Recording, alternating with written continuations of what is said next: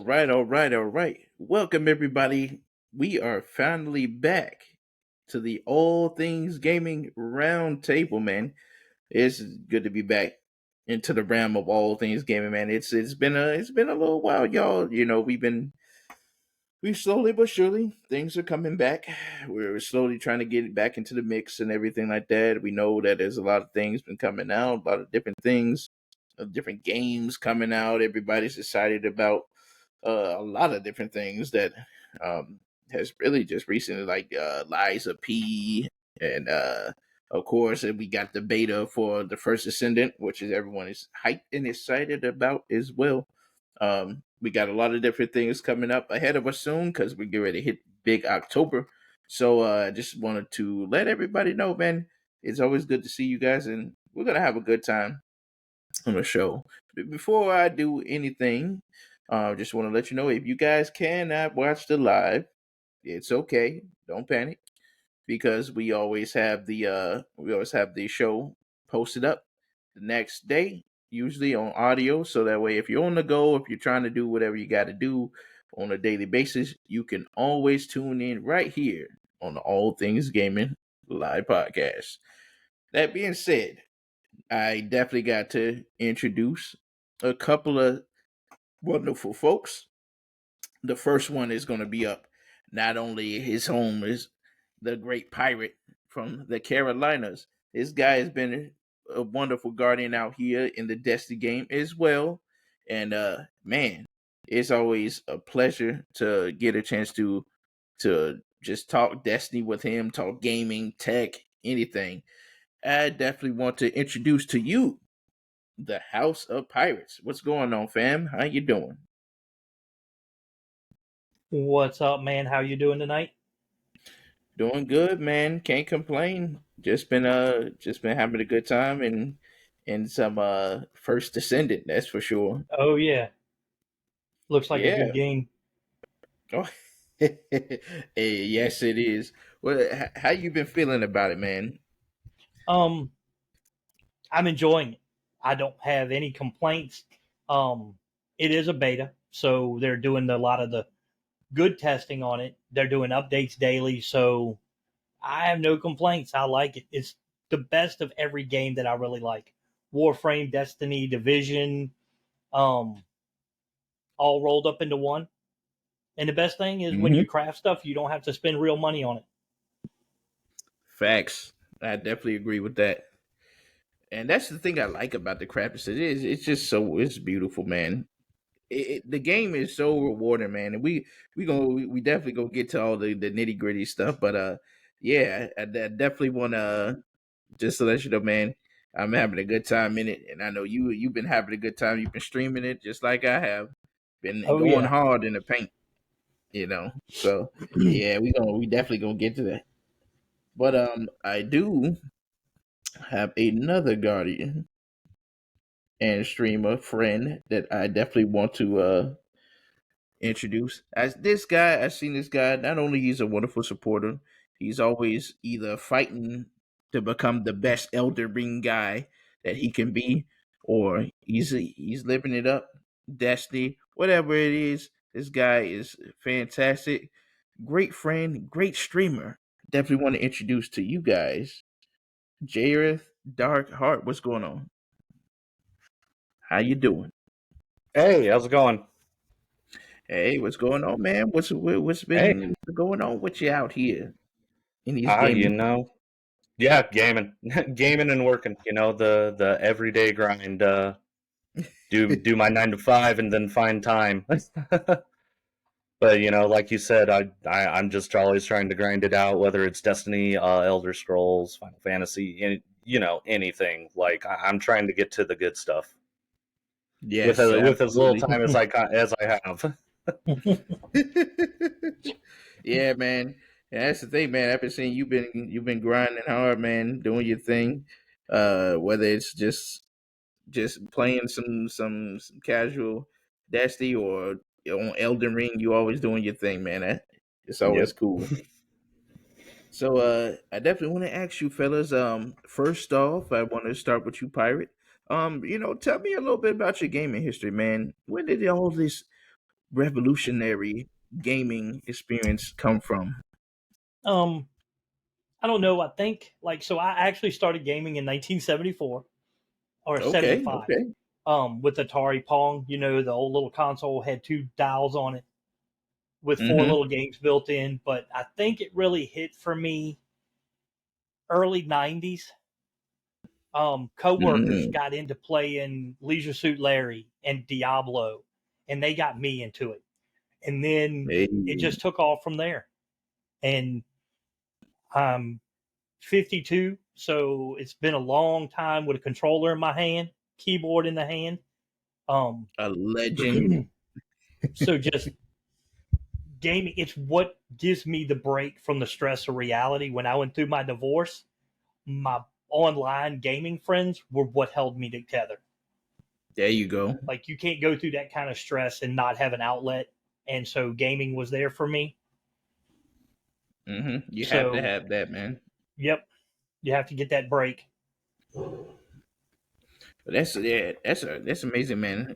Yeah, man. Like I said, this game, not a gaming, man. It brings people together, man. Mm-hmm. People always we always go through different things, throughout our lives, and just being able to pick up that controller and just be immersed in these worlds, man. I think that's just one of the most sensational things, uh, in life today. And since even in the beginning when it first started. It's just amazing, man. I just love gaming. It's my deal. Yep, me too. Uh, Like I had my best friend, one of my best friends ever, on gaming with me today for a little bit, and our gaming time has lessened because he now has kids that are younger, so he has to take care of them, of course. But we get together, and I can go to that guy for with everything. It doesn't matter what it is. I can call him up in the middle of the night and be like, "Man, I need a chat." But never met in person. But we've been mm, gaming together for over a decade. wow. I see friends, man. I'm telling you, Yep. you may not meet them all the time, but hey, man, when they're there, they feel like family, man. And that's the good thing about that. Yep. So, Darkheart, I do want to ask you the same thing too, man. How did you get into gaming? What's that history like? Oh man. Probably coming up on about 30 years of gaming at this point. I remember, when I was a kid, early 90s, go to my cousin's house and he had all the systems at the time, so like, the NES, the SNES, and then finally one day like my dad brought home an NES. Even though Hey, SNES was out, that's what we could get, but it was all right. good. I did that Duck Hunt Super Mario combo like over and over again, time and time again. But it just became like an everyday thing. If I Hmm. didn't have homework to do, I was on a game. Everything all the way through up the '90s. The Nintendo 64, SNES, and Hmm. the NES, and then let's see, my mom one time, I was like in middle school, and she Christmas time came around and I opened up a gift and it was an Xbox, and then we opened up another one and it was the PS2, and like it just went from there, and then we actually started hopping into online gaming. My mom gamed too, and we started out with like EverQuest and Star Wars Galaxies, and that started like my online gaming, and that's kind of what I've stuck to for the most part since, like just a ton of MMOs all the way Hmm. from like early 2000s to today. I mean, like when I was streaming earlier this week, I was playing Elder Scrolls Online. Sometimes I do Final Fantasy. Like I just skip around between games, and Destiny 2 was probably my first like FPS because like I was Yeah. never good at them in the first place, and then like Destiny 2 just hit. You know, it hit that spot. I Mm. just kept going at it and at it and at it until like I just got good enough to do the hard stuff that I like to do on the game. Right, right. It's Yeah, all of us. man. I'm with you. I'm definitely with you on that. Salute to Neo X90, man. What's going on, fam? I'm glad to see you in here, man. Always a pleasure to see you in here doing your thing. Welcome in. And yeah, I definitely agree, man. I was MMOs and RPGs. my first RPG game for me was definitely Mario. If anybody knows, you already know what I'm about to say is Mm-hmm. Mario RPG, Mario: The Legend of Seven Stars, right? That was my Mm-hmm. first RPG, one of the greatest Mario games of all time. Still love it. Like right now, I'm excited for November because we get the remake of it. So it's been so many years, so I'm definitely excited for that, man. It takes me back, and I know you are excited for the Final Fantasy remake uh sequel, which is the new one that's getting ready to come out. Rebirth. Yeah, Mm-hmm. Rebirth. Yeah, I Mhm. just gotta get a PS5, and then I can get on it. I the reason I have a PS4 was so I could play a remake. Yes, Really yeah. Yeah, nice. that and Ghost of Tsushima, like those were like back to back, and I was like, yo, Yes. we got to get a PS4. Right. Yeah, man. I love Ghost of Tsushima, man. It was just so good. So the game was beautiful, man. Mm-hmm. It's there's games and then there's an experience. Those are two Mm-hmm. different things when you playing. Hmm. And that right there, it captured the essence of just the feudal Japan and the whole deal with, Genghis Khan and all those things. Like that whole story. It's just the emotional of the characters, especially Jin, man. That was just, you felt like you were him and going through his Mm-hmm. whole experience the entire time, man. It's a beautiful game, man. It was That's so a 10 out difficult of to put 10. it down. It was so difficult to Yes. put it down once you were done. Yes. So hard to put it down, man, because it's like, oh man, I just want more. Land is so beautiful, man. That game came out at the right time. It really did, man. Absolutely. I was like, oh man, I can't wait because apparently they're supposed to be doing a sequel to it. But That's the man, rumors. Yep. I man, could see I that can't wait. easily. Yeah, the way it ended, and even the DLC, it hit, it hit really Mm-hmm. well. I really enjoyed that game, man. I can't wait for the next one. Same thing. Final Fantasy VII remake when that came out, boom, blew my mind. Hmm. Mm-hmm. I finished that game with just like, what do I do with my life now? so, I mean, I'm a PC and Xbox person, and I'm like, yo, if you need a reason to get a PlayStation, those are two reasons why. yeah, yeah, absolutely. I'm definitely with you on that, man. I'm definitely with you. I do want to talk to you guys too. I definitely want to get a little topic. So recently, of course, we had the state of play, of course, that happened, and we also had the Nintendo Mm-hmm. showcase. They both happened in the same day. I did post I posted a panel, a little poll to see who was the better show, who had the better show, who came out on top, and was interesting was it was actually tied. The poll was actually tied. Um, Nice. yeah, I was like, wow, Which is you it's know, fair though because both Mm-hmm. companies showcased their strongest efforts that are coming. yeah, I mean, Yes. Spider-Man 2 was obviously going to be the headline of that show because absolutely, that's like Insomniac does great. And you're talking about one of the best superhero games we've seen. yeah, And when like my boys, like one of the things that I started streaming because my all my kids stream. All my kids play video games. So it's instead of having hmm a memory of a picture of me sitting at a game, it's a video that they can go back and watch years from now and be like, "That's my dad." hmm But Mm-hmm. oh yeah, they like when I first got Spider Man, they were like, "Is it good?" And they started playing it, and my 13-year-old is actually out right now playing Spider-Man Miles Morales to warm Mm-hmm. up and get back in the feel of the game oh just Oh yeah, for yeah. Spider-Man 2. And yep, Nintendo, obviously, everything hmm Nintendo does, Mm-hmm. you can't help but bangers, be impressed. And it doesn't matter if it's Mario Brothers, the original, or hmm Mario Kart or Mario Wonder. It doesn't matter. Everything they do yeah. is on point. People say, "Oh, Did it's you see not that Peach powerful. It game? doesn't all that." Hmm? Did you see that Peach game? That Peach game looked really Yes. good. It looks Oh yeah, really good. it does. And then Nintendo absolutely has a spot for like everyone because like when it's like where did I start gaming? I'm not the only one. If for a lot of people, it's Nintendo, Mm-hmm. and they Yeah, just come out with the same products, but they hit they their deliver. hits. They're gonna keep going and going and going. Hmm. And it's always something new. And I feel like they're on a new cadence, just like 90 X just said it on in the chat. He said with Sony, it's a Final Fantasy that I'm more into right now. He said with Nintendo, it's Mario since no DLC for Tears of the Kingdom.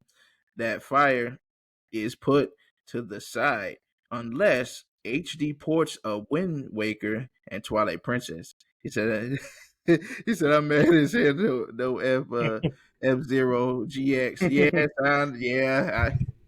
Hey, listen, I do understand that. Me too. I was kind of hurt when I saw the 99. I was like, I mean, it was gonna be fun, but I was really hoping for that sequel of GX or something like that. I was hoping. I was like, Yeah. please, we need that. GX was so good, man, so good. Yeah, but I definitely agree with all of you guys because at the end of the day, I feel like Nintendo is changing their cadence a little bit. If we notice, especially what the past two, I would say the two, past three previous uh directs that's came out, they've been remastering stuff, remaking stuff. They've been on Hmm. board with the okay, we're gonna dust off some of these classic titles, you know.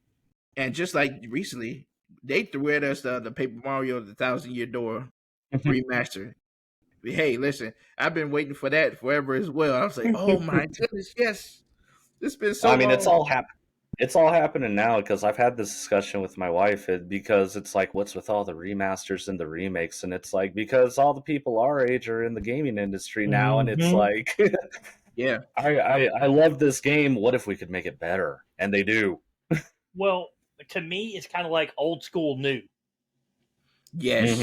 So you're absolutely. taking even because I used to be a hardcore COD player, 10, 12, 20 hours a day. It didn't matter. Um, and like, why are they? Everybody's like, why are they going back to Modern Warfare 2? Why are they going back to Modern Warfare 3? Why? Because they're some of the top CODs that ever came out. Right. Absolutely. So Absolutely. why not? They're going to go back. And everybody's like, well, they need to bring up new stuff. Well, all of us guys that put money into games, we like Hmm. the old stuff. So here we are. Yeah. Yeah. Even 90X said he said thousand year he's hyped about the Thousand Year Door remake, and he also was saying about the just the Black Ops was one of them. You know, Mm-hmm. Hmm. it's definitely one of those ones. Salute to Baby Mala for joining in. Salute to you, darling. Appreciate you. And yeah, so like that is one of those things that's like, yeah, Black Ops was the hit along with the Modern Mm-hmm. Warfare. Hmm. Of course, Yeah. they're going to do a remake because that's one of those things that's like everyone loves it. It's beloved to everybody. They're going And to then do. even if Well, it's not your thing, you can't deny how popular it was and how big it was. right. Yes, It. Well, go back. Jason Blundell left Treyarch. He was the king of zombies for them. that's true. And Yep, he did. arguably, Hmm. in some of the later ones, zombies overtook the multiplayer experience. And I'm Sure a did. Yep. zombies guy. My 14-year-old, my 13-year-old, they sit down and they do zombie Easter eggs because they watched me as they grew up, and now they want to take part in them. And Hmm. Hmm. Blundell went and started his own design company, and then now he's left. There's no word of where Yeah. he's going that I know of, but I will say the trailer for zombies in this year's COD iteration has fingerprints of Blundell on it, Yeah, it does. and it It looks it really, definitely does. it looks really Jasonish. Um, I'm hoping if he does come back, I hope that there's a Zombies Chronicle 2 and they bring back Mob of the Dead because I'm a history guy, Hmm. so I love like Alcatraz and stuff like that. Give us the Yeah. Give us Mob of the Dead and Buried. I don't care. Put those two on a disc. It's mine all day. Yeah, yeah. That Yeah. man, that'd be a classic for sure. And that's the thing, man. I'm glad that they're. It's like the industry is going in a better, like you said, it's going in a great direction when it comes to just what they see as moneymaker. They're like, okay, we got to get back to making bangers again. How can we do that? Oh, hey, let's take these classics and let's make them remakes of things that they really liked. And especially with the Modern Warfare series, they was able to do and tweak a couple of things that they weren't able to do when they put the original out. Because of course a lot of people was upset with number 3 just a little bit because of how, especially how the story and stuff like that happened. So they was like, okay, we're gonna change ship. We're gonna do a little bit of different things, to kind of shift it up so that way at least we still can keep the engagement. If we want to make a Modern Warfare 4, we have the ability to do that. We have the Right. ability to restart into something new. Um, Walmart, what's going on, man? I appreciate you for joining. He says, That's my wife. okay. She says, how you doing? She says, I think Nintendo likes to be in control of its media, and if they don't keep up with these titles, they'll lose the powerhouse effects they are now.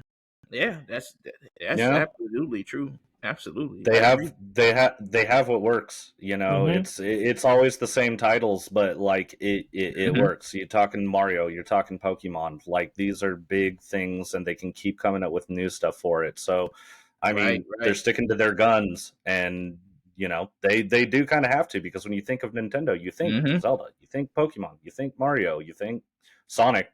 Yeah, So yeah. they got definitely sticking to their guns is the smart idea, since that's what you're going to relate to the product. Absolutely. And I would even say this.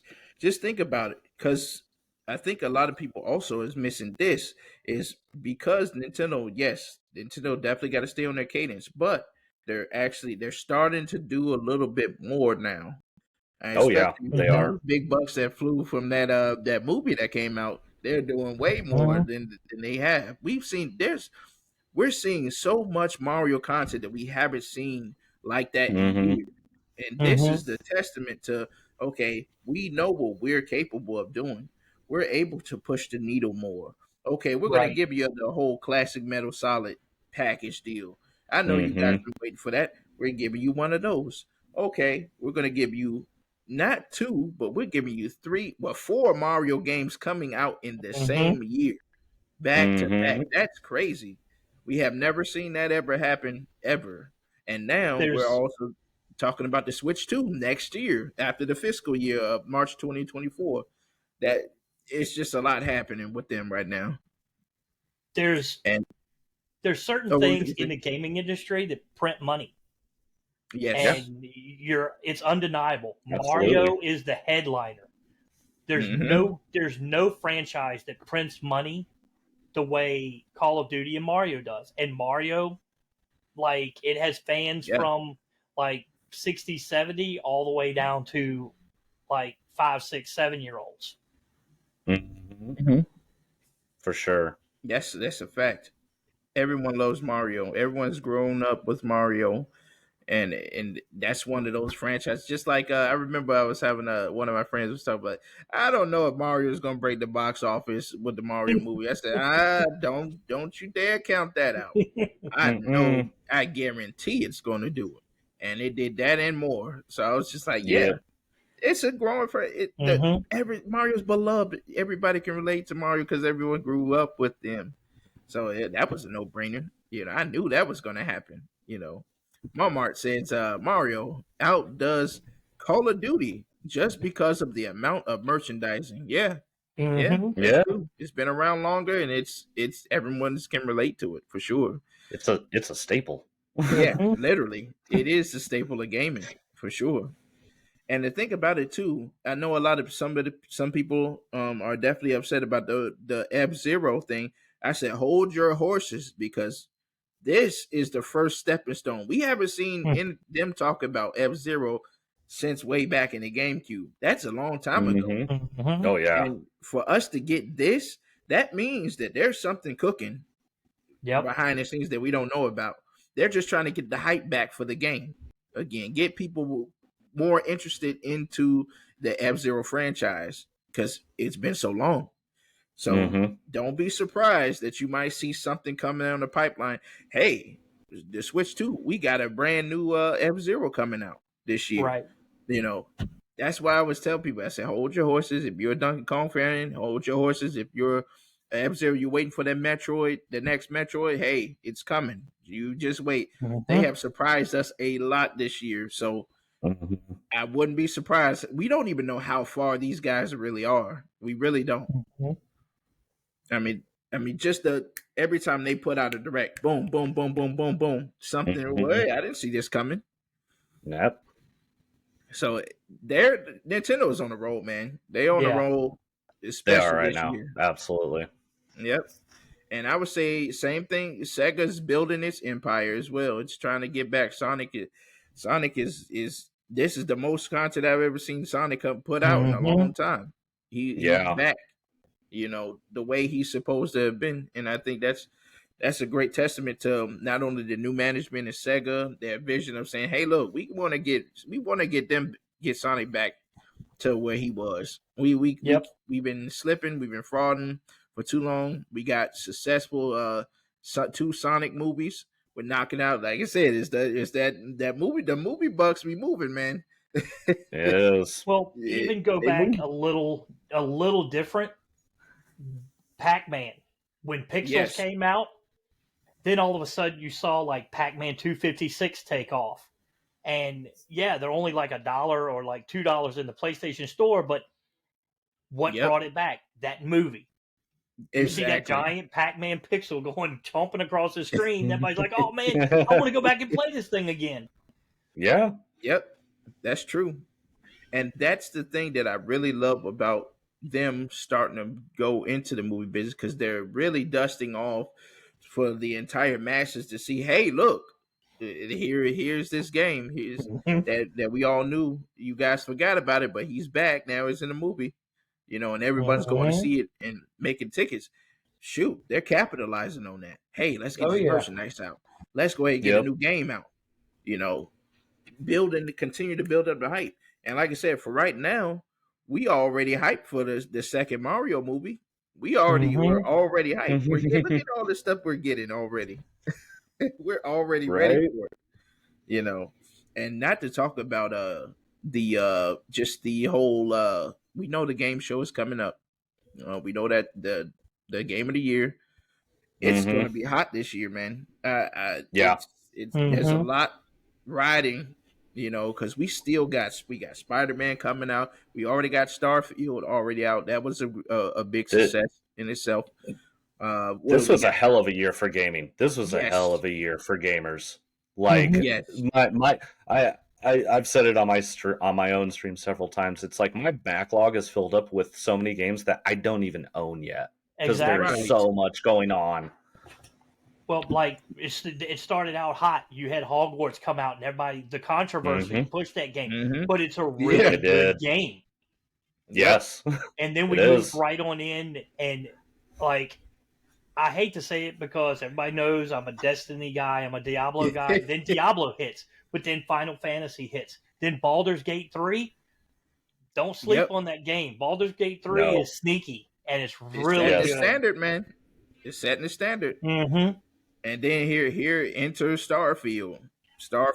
Big hit. That has been my obsession. That has been my obsession for the past couple weeks. In fact, once we're done tonight, I'm getting on to work on an outpost. I'm telling you, man, it's that, and then of course, like I said, Nintendo Mario Wonder's coming down. Sonic Superstars is coming out. It's going to be a great classic.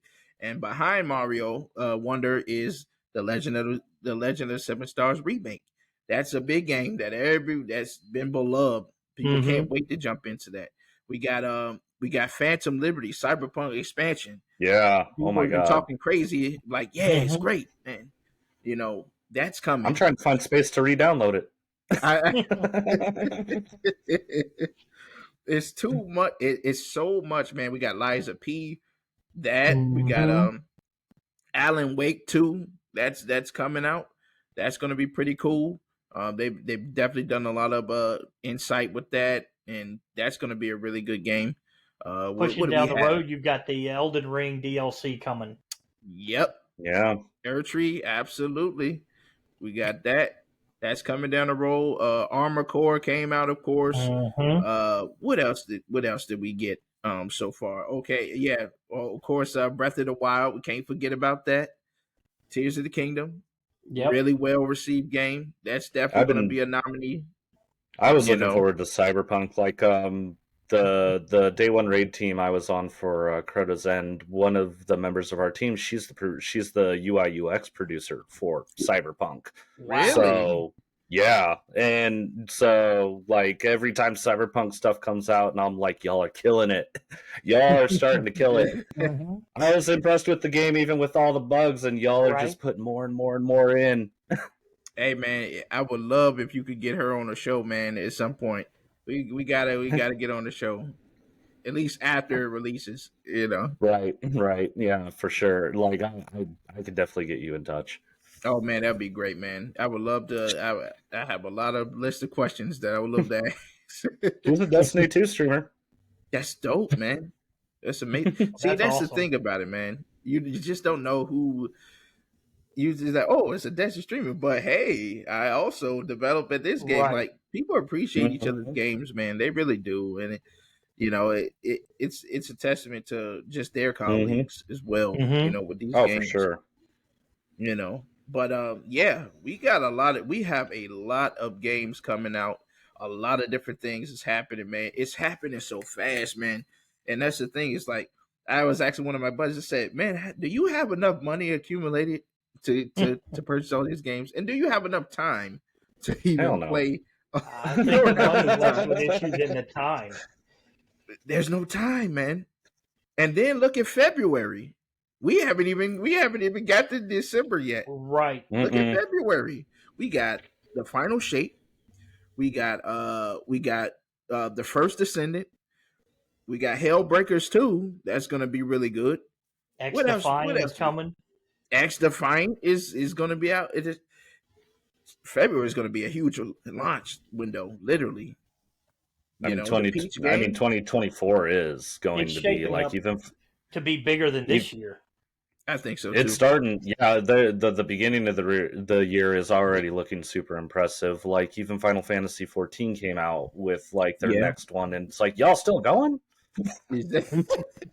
Oh, and don't forget, Final Fantasy 7 comes out in February. How are we Yeah, gonna play all of those games in February when we got to prepare for Final Shape? We're gonna be Mhm. digging into that. my calendar's full. It's too Mhm. much, man. It's a lot to stream. We're gonna be up all night. We Hmm. just prepare, man. Oh yeah. Like Even even with even with the Destiny 2 Hunter logo in my own logo, it's like you ain't playing Destiny. It's like there's too much going on. Too Mhm. right, much. right.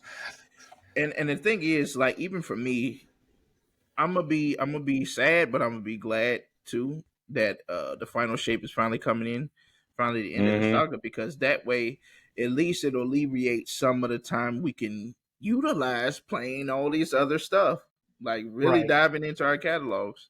It'll I'm going to it'll be be kind of curious to slow. see how episodes work out with that annual pass. Yeah, Like I'm definitely curious. Mhm. how much time do I need to sink in compared to what I have in the past like 4 years that I've been playing Destiny 2? Yeah, Am I going Exactly. to be able to take breaks, or are we going to keep going? Like because like right now it's a go go go go go. it's so go go go-ish right now, man. It really is, and that's why I was like, okay, I'm gonna take this little bit of time off so I can play First Descendant because I've been looking forward to this game.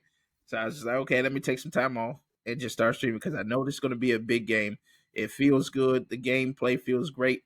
Okay, Hmm. let me go and dive in here. Because I already know. I was like, that's coming out in February too. So I mean, Yeah. the good thing is when we're in the drought before the 20, what is it, the 26th that it comes out. Hmm. Uh, Mhm. we can play those things right up until then. at least. I mean, after the final shapes, you know, like I'll probably finish the legendary campaign with within like a couple days, and then Yeah. we're waiting for the raid race, which of course I'm going to be jumping into, and then Absolutely. I could definitely see First Descendant being kind of those like one of those break games that I can play just casually. There's a lot going on in it, but I don't feel a need to rush it. Exactly. That's exactly what I was feeling. I don't have to rush it. I can just jump back in. Everything's gonna be good. Like people are supporting this game, man. People are really out supporting this. I've seen people already buying cosmetics. They're invested, and that's a good thing to see. It's really good to see that. You Well, know, I've I already think planned out what characters I want to main, everything. exactly. I think what my build you thing trying to is do? the companies like so Ubisoft, of course, is doing X Defiant. If you're out Yeah. there for those betas and everything, they it wasn't just the devs sitting back and being okay. We're gonna watch Apathy stream this because he's a big COD guy, or we're gonna get Right. feedback from some of these Destiny guys. They were in the streams, listening to Yes. the community, putting it out. Hey, dev team here, what do you guys see that you like? What do you don't like? What do you think we could improve on? And being out front. And for so long, it wasn't just like the dev teams and the community managers like weren't communicating on any game. And now you've got X Defiant, you got Ubisoft guys in the streams being like, okay, we're seeing what you guys are seeing. What else are we missing here? You've got like, if you go to Nacon or Nexon and you go and look at First Descendants, there's so much communication running down that page. It's like, okay, this is what we're seeing. This is what the patch is going to be, and the patch is done. The patch is done. This is what we got corrected. This is what we still have to work on. That level of communication builds a trust with your base. And if you don't have that base, because what's one of the biggest complaints we as Destiny players said for a while? Are you listening to us? Yep. Yep. That is a fact. You're nailing it, man. You're nailing about that because, I mean, same thing. I've been seeing the devs in the paint asking what's going on. They're showing you, hey, we're patching this. We already did it. Thanks for the feedback. We're trying to get involved into this because they're invested in this game and they want to make sure that this game is at the top level because they already know coming in. Trying to put in the stuff that makes sense, like as soon as possible. Yes, and that's the thing. Like they're trying. They want to be. They've seen Diablo come out. They've seen all of these different things, and it's their time to shine. And they don't want to. They don't want to have a bad first impression, and they really are working hard with it. They put that patch out really, really fast. Hey, okay, we'll work on it. We're here. You know, I don't know if these guys are doing overtime or not, but man, they're on it. They're on it hard, and that's the type of communication that I hope that Bungie starts to see and say, okay, you know, because we saw when who was it, Joe? When Joe came on and was doing that was the beginning of that. Okay, we're starting to see a little bit more communication here. You know, more personal It's slowly stuff. progressing. It is slowly progressing. Absolutely. Shout out to Juggling Chaos and everybody else who's joining the stream. Welcome. We're having some great discussions on the All Things Gaming podcast. Appreciate you guys. It's always a pleasure to see all of you guys out here listening and tuning in. But yeah, Chaos is my Destiny. He's one of my dungeon help guys that helps me on day ones, and he's been running First Descendants with me, and we've been bouncing ideas off each other because as gamers, like I can jump in either one of y'all's streams and be like, "Hey, how you feeling about this?" and the conversation kicks off, and that's what for me is fun because like Chaos and I have been playing at night, and he's saying like this is something I think that is minor, but they might look at. Yeah. Absolutely. Salute to Chaos and all of you guys, man. We gotta give you a nice warm welcome. Salute to y'all. You guys are amazing. Yeah, so like yeah. I love it, man. I love to see everybody always in here, always people always supporting and supporting your streamers, your community. Man, so many great people, man, out here that really putting the pedal to the metal and hanging out and just having conversations. I love conversations. As you know, Pirate and Oh Dark, yeah. you already know. I love the Mm-hmm. conversations. Yeah, Yep. we what we gonna talk about today, you know. Yeah, that's the beautiful thing about that. It really is, man. I love that. But yeah, you guys are nailing it on the head, you know, when it comes to communication. I love to see it, especially with the new boys on the block coming in and really saying, "Hey, look, we're ready, we're hungry, we want to. We give us all the feedback, whatever you guys have, give it to us. We're gonna go ahead and start working on it And because especially as streamers, like, yeah, people come into our chats asking what we think and what we're seeing. So like we are keeping an eye out for all this stuff going on, hmm and talking about the effects of the how much communication is happening and what are you seeing? Oh, I've saw this, and like you said, it could be something minor, but it's like we can hope. But like exactly. Mhm. we are keeping an eye out for this, and we're the ones getting asked. Mhm. Exactly, and I love that. I love that. You know, they're trying to make a way for everybody to have a smooth run, man. And that's what it's about, having a smooth run where you know your game is coming out. And the good thing is, I'm glad that they put this beta out. They changed a lot since the alpha. They changed a Mhm. lot of things since Oh, the alpha. really?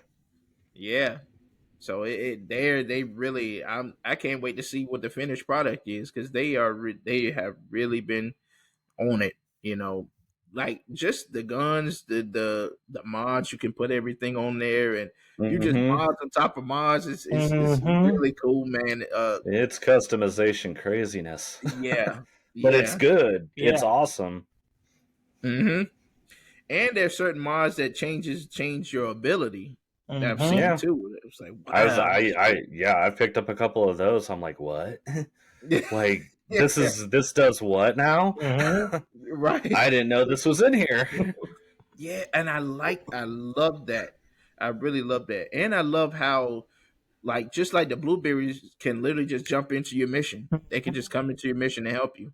I really Hmm. love the how they made the server where it's not like Destiny where they disappear after you get to a certain part. No, they're there. Mhm. They're there with you. I really Mm, like that. yep. You know, the movement is great. Every descendant is unique from each other. You know, Mhm. they have their strengths, their weaknesses, and that's Even the if cool two thing are about even if two are like dot damagers, like it's still completely different play style because like the two characters I've been looking at are both dot, but like it's completely different. it. Mhm. Yes, yeah, so different. Especially I love playing with Ajax and Titan. That's how it's I called. bet. Mhm. I bet. Yeah, that's my guy right there, man. I love him. Then I started playing with Bunny. Bunny's really quick, smooth. She can be squishy at times, but if you build her up right, you her AOE is really good. I really love her attacks and her moves. I haven't Um, unlocked a lot, but like I've been keeping an eye on like Blair because Mhm. I yes, always gotta have something to fill up my space cowboy fantasy that's always happening. Right. yep, you gotta I'm have like, that, this is man. the dude. I'm like, this is the dude. I'm going through the characters and I'm like, oh, he's badass. I Right. gotta unlock him immediately. I finished Yes. I finished Lepic this morning and finished the story, and I'm like, man, who am I moving on to next? And Yeah. just scrolling through, it's like, okay, now which one? Like, I need to sit here and write down a list. Who am I going to play next? Yeah. hmm And that's exactly what I'm doing. So okay, let me level up her. Let me level up him. It's so many people. It's so many. And they did say too that they're going to be adding more later on Mm-hmm. throughout the game. So that this is Well, I just mean, the you base saw the game three version. ultimate ones. I saw the three ultimate ones in there, Yeah. and it's like, oh god, there's gonna be more. Mm-hmm. Like I didn't even have to be told that. It was like there's gonna be more. Oh my god. Mm-hmm. There are For you, plans. for you guys, how do you feel? How did you feel like just immersing in the game? Like when you first got a chance to really play it, you've been through the tutorial, which was great. It was good that they did a tutorial in the beginning. How did you feel? Did you feel that sense of like, oh man, I'm in a new game. This feels great. A new looter shooter type game. How did you feel like overall about it? Overall, I mean, like it's just been great gameplay. You know, I still got a ton to explore, but just the little bit Mm-hmm. I've done has been super impressive. And I'm still getting a hang of all the controls. Like I'll hit the wrong Yeah. button all the time, but you know, once I got it figured out, it's like okay, this feels good. Mm-hmm. You know, and the places look great. I only got stuck on one mission, and it's like, man, it'd be great if everybody in the area would show up right now. But now they're Right. AFK. But I'm like, okay, we'll hold off on that mission. Like some of the missions do get really Yeah, intense. that's true. I've been watching the boss fights too, and like you know, they're doing hard mode on the bosses, and Yeah. it's like that dude's bar is not moving, Yeah, but bro. the boss looks so sick. Right. The one I that I did that just one. did, the Which one did big you one that do? shoots the poison, like he'll lay out the 4 trees of green. That Oh dude, no. like instantly, like it's like, okay, I got to break this down, but at the same time, he's stomping on me while I'm trying to break this thing to get Oh it my back to god. DPS, and it's like, okay, I need better blueberries that can put some DPS on this dude, but Mm-hmm. uh, the difficulty's there, the fun is there, Yes. um, Mm-hmm. and it's just like, okay, I'm a division guy, I like this. I'm a Mm-hmm. Warframe guy, I like this. I'm a Yep. Destiny Yep. guy, I like this. Like I said at the beginning, everything is rolled into that game. Yeah, literally. It's Like it's something for like, everybody. yeah, and I really feel like that's a selling point for them. It's like, okay, you like this game, Yeah, give us a try because it's here. We got you. it's here. Mm-hmm. Yeah. Yep, that's a fact. You can't, if you, like you were saying, if you're either one of those game genres, if you was an Outriders guy at the time, you're Mm-hmm. gonna like Mm-hmm. this. If you was an Anthem guy and you missed Anthem, you're gonna like this. It's Mm-hmm. one of those. It's one of those ones. It feels so good to jump in because it gives us a bit of piece of everything, and we haven't seen a game That's, like that. so you caught me kind of wearing my Anthem shirt the other day, huh? I actually was on stream. I was wearing my Anthem shirt. I I love love that that game. game. So It good. had so much potential that got squandered. Well, I know. I go So back and sad. I blame EA because you saw it Mm-hmm. with You've seen it with Battlefields. Their launches are bad, Mm-hmm. Yeah. and then they make it better. Well, this Battlefield 2042, they're like, hey, we brought in a new design lead, a new game lead, and he's like, I don't know Mm-hmm. what you were promised, but I'm going to make a promise that we're going to make this game better. Anthem Yeah. never had a The guy that could step in and do that. He was like, No. the Nope. community guy was like, we don't know where we're at in this game. Okay, well, there goes half your community with that one statement. I hate that. The Anthem downward spiral was actually what got me into Destiny. Really? Like right when it was starting to look like that nothing was going to happen with the game. Like they had the Mhm. team put together to do the 2.0 that never happened. And as Yeah. it was starting to decline, that was when Destiny was like, "Yo, we're free to play." And I was like, "Well, it's kind of like Anthem. I'll give it a go." And now I've been sucked in for 4 years. Mm-hmm. Hey man, I've been sucked into Destiny for 10 years, man. It's just crazy, man. Most of the people I teach raids, GMs, and dungeons to, they're surprised I didn't start playing until Shadowkeep. They're like, "No way. Yeah, that's There's no crazy. way." And You're I'm good like, at it. "No, I started playing in Shadowkeep, man, and I just honed the craft. Mm-hmm.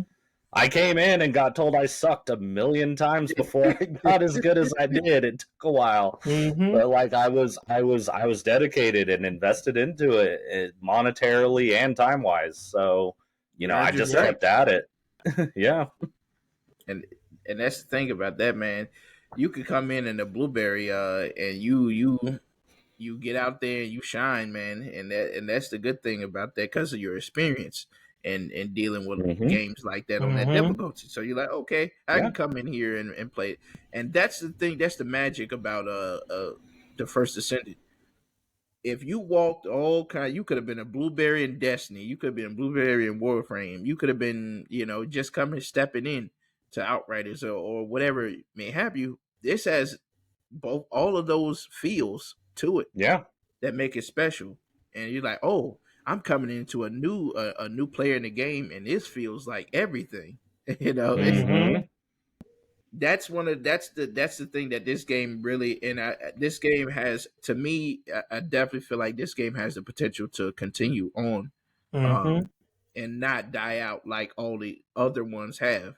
This has a really strong push on it, and it feels good. They're really investing in this game, you know. I And mean, we. when you were in my chat the other day, like I was talking about how much games borrow from each other, and Mhm. it works. Mm-hmm. It works. I It mean, does. this is very well known in the industry. They borrow stuff, and like you said, you got your Warframe and your Destiny, and you name it in First Descendant. Yeah. It's putting it all together and in a very good way. Mm-hmm. Mm-hmm. The minute I play Ajax, Titan Barricade, all of these Mhm. things, I was like, I saw yeah, let's go. I was watching you play, and I was like, bro, is that a Titan? Yeah. And there's the other one that runs around with like he's holding the void shield Yeah. and just rolling around, and I'm like, what the hell is that? I'm gonna know who, and I have to run up to the person and hit R3, on the PlayStation, so it Mhm. zooms around and I can figure out what character they are. Okay, that's on the list. I It mean, feels so I was familiar. I was playing, when you dropped in, I was playing Elder Scrolls Online the other day, Yeah. and in a couple expansions ago, they came out with like an in-game card game, and I jumped Mhm. into it, and it explained the rules, and I was like, this is Gwent Mm-hmm. from The Witcher. It's just ESO art style. Like, this is Gwent. Literally. It's like, wow.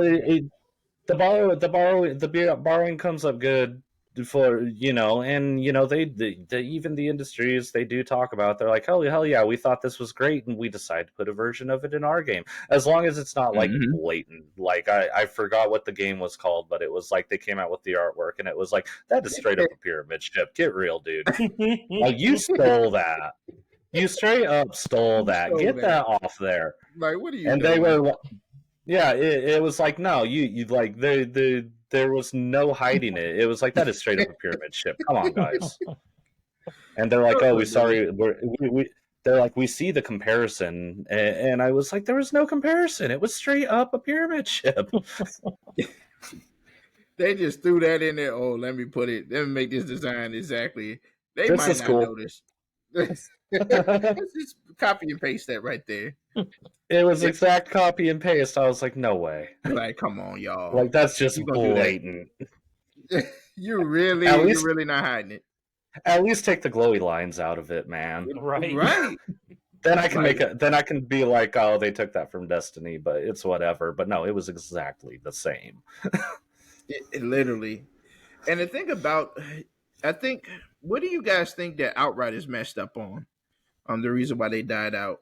Do you think because of the approach that they took is the reason why they didn't succeed? What do you guys think? I think it was the bullet spongy enemies. Even if you were playing on like easy mode, they were too spongy. Like, why do I want to waste my time on easy mode for an hour to do one mission? Right. Right.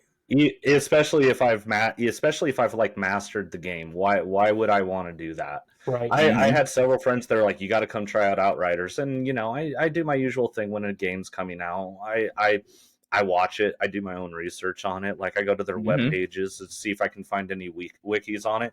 And I'm watching my friends play it, and they're doing the same mission for like 2 hours. And I'm like, oh, are you on very hard? They're like, dude, this is normal. And I'm like, I don't think I'm going to be hopping into this. No. Yeah, and it get kind of annoying when you're dying all the time. Yeah, you're leveling up, but it's like you're dying every time because you get to a certain point where you're just like, oh my goodness, bro, this mission is just really getting to me. I'm watching my friend blow a whole clip into a guy on normal mode, and it didn't even take out 25% of the health or a shield. Right. Like, what was going on here? So like I just never even dipped my toes into it because I was like this wouldn't be worth my time. I'm not asking to be completely overpowered, but like this is literally a waste of time. Well, look at Come Forward. Look at Ghost of the Deep. What's the complaint about Ghost of the Deep? It's not the mechanics. It's every time I take the a new health of the person in, boss. every time I take a new person in, it is a 6-7 phase fight. Yep. Right. If I take people who know what they're doing, maybe 3 or 4. Facts. But whenever I'm teaching Ghosts of the Deep, it is a 6-7 phase fight, and they're like, "Is it supposed to be this hard?" And I'm like, "Unfortunately." Mm-hmm. And every Ghost of the Deep run I've done has had a new person, and I'm like, because I'm like, yo, I just want to get Ghost of the Deep done so I can get my navigator, hopefully. And then it's like, oh, I've never done Ghost of the Deep, and I'm like, we're gonna be here a while. All right. Yep. Plan for a trip. Yeah, it's crazy. But I love the dungeon. They just need to. Mm-hmm. They just need to dump the boss's HP down to dungeon level, not raid. Because he's like raid level. Like it's raid. It is 11 million HP, which is a raid boss. Literally, 6 million is a dungeon. He went in on the glitch weapons, on the funny guns, and he's like, I don't have time to put 11 phases in a solo run to beat the boss. I don't. And then I'm taking time because I'm not being able to get this stuff done because I'm spending this many hours doing this dungeon. I went in with 2 people who knew the dungeons. I was the only one who had the funny guns. I didn't try and go for no solo or trials. I just did normal runs. Okay, I took 2 other people with me, and it took us 55 minutes to do Ghost of the Deep 2 phase. I did 7.5 million damage on her. The other 2 guys did 1.5. Oh yeah, that's crazy. And I was like, this would be worth my time. Yeah. If we could do this every time. But no, when we got the normal stuff, it's like you got 3 hardcore Destiny players that do the hard stuff constantly, and it's still taking us 4 phases. Mm-hmm. It still takes that long just to beat it, man.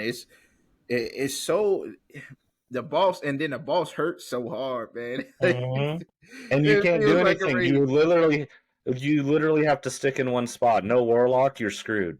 Like I made a comment. Yeah, literally. So I took Chaos through, and I said, you can use whatever you want. It doesn't matter. I'm going to tell you, if you have Legend of Acrius for Ekthar or Lament, let's go that route. Yeah. But when you get to, when we get to the final boss, I'm going to be putting down Arc Buddies. Step in that immediately and run a Risk Runner. Because you got to have something to chain stuff because it's just constant. Mm-hmm. And then it's like, okay. And I did my solo run and I was happy with it one time, but it was easier for me to do the solo run than to take 2 people through that have never done it before. Because finding, like, if you don't know the layout of the runes in Ekthar, it can take a little bit. If you don't know that you're going up against light bears in the final boss, or one of your guys is not going to go in a room by himself, it makes it difficult. Luckily, I have guys like Chaos that run with me, and once they get it, and we're pushing through. Like, I think his second run, we missed 1 damage phase, and we cleared her in 4 phases. It's the bullet spongy stuff. It's the bullet spongy stuff. Yeah. Where on top of having a shield. Yeah. Because you got to get that shield down being spongy with a shield on. Like it, I like my Destiny to be hard, but like I want my time to feel rewarded. There's a difference between being hard and being asinine. Exactly, and that's exactly where it's at. Because, well, the 1 damage phase we missed, we broke her shield and everybody got 2 shots off and then it was over. Yeah, Oh, I've had that happen So before. that's It's like that's terrible. what I'm saying. yeah. Like if you miss your shot to get that shield off quick, You're done. mm-hmm. Literally. Like you Day gotta one, go back. day one Crota on near you, like that we had so many times. I was like, every single one of my rockets missed. We're screwed. Mm-hmm. Yeah, yeah. Mm-hmm. And like even when we run Crota, and I'm glad that they made the right choice when it came to retooling Crota. That was a right choice. The whole hmm raid was really good.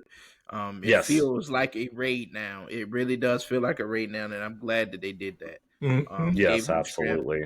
And Crota is just crazy when you try to pop that bubble in that damage phase, he will destroy Mm-hmm. your whales and everything else in there. It's like, yo, this guy is crazy. We had constant on my day one team. We had one Titan, and she was doing Thunder Crash, and then we had like two Warlocks. Yeah, we had like two or three Warlocks, and Mm-hmm. they were running well, and it was like constant drop, drop, drop because after 2 hits, it's gone. Mm-hmm. I was like, this is It's crazy. insane. We didn't even finish the first one. Like 10 minutes after the contest mode was over, we finished because we were like, this is crazy. Mm-hmm. It's one of those things. It's just like I love it because it's hard. I love Yeah. it because Mm-hmm. it's hard and it's not easy. They didn't make it where they just gave it to you, and Mm-hmm. that's Yeah. what I really liked about that. And that goes to the testament of what we're going to get because they did say this was just the test. This was just a Mm-hmm. beta to see Mm-hmm. how hard can we scale the final shape rate, and they did a really good job with making like the world's first. Man, everybody was having a debate about that. And I was like, man, we haven't seen a debate like that since Last Wish came out. Mm-hmm. Of Mm-hmm. people talking about how hard it is and, the different things like that. And I was like, I'm glad that we're finally back to these type of conversations because this is when you're in your raid element. This is when budget's in their raid Mm-hmm. element, where they're putting I out something hard. my team, like a good chunk of them, were disappointed we didn't even finish the first run of the contest mode. But I was like, look, this is how hard it was. The numbers are out. Mm-hmm. We were 6 of 78,000 people to finish Year U, and there were 535,000 people that attempted the raid. Mm-hmm. Like, Mhm. we did pretty damn good. Yeah. Yeah, I I agree. would say that anybody that's a Destiny player more than just getting started, like Mm-hmm. whether you like hard stuff in the game or you just like strikes and regular nightfalls and stuff, you needed to be a part of a day one You just need for to. the Mm-hmm. there again. It's just the experience. Yeah, it's Mm-hmm. this. I A agree. lot of my day one, a lot of my every single day one team I've had. My very first day one was Deepstone Crypt, and I've done Mm-hmm. every single one since then. And Mm-hmm. every single time, I mean, I was the new guy in my Deepstone Crypt team, and then every team I've had after that had people that were never done day one, and afterwards, like that was exhausting, but like it was an experience. Mm-hmm. It's Yeah. like, yeah, we're being watched, man. We're a team in the race. It's Mm-hmm. pretty cool. Yep. Yep.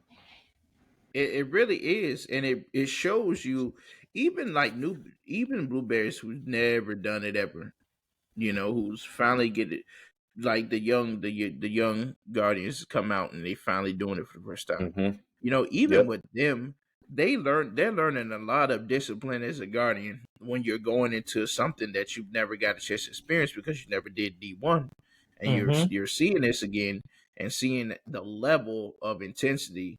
Because the thing about Crota is the fact, and even all the D1 raids that they brought back so far is they're not like your D2 raids. Everybody has to do something Mm-hmm. and everybody hmm has to pay attention because if you one person mess up, it's over. And that's the thing. That's the great thing about the D1 raids and them reprising them, bringing them back is they giving that intensity so that way for new players and new guardians out there who's testing their metal against it, they're coming into it knowing, okay, I'm gonna have to put my A game on. I'm Mm-hmm. gonna have to do the best that I can and You learn. have to get out of your comfort zone. Yeah. You have You to. have to.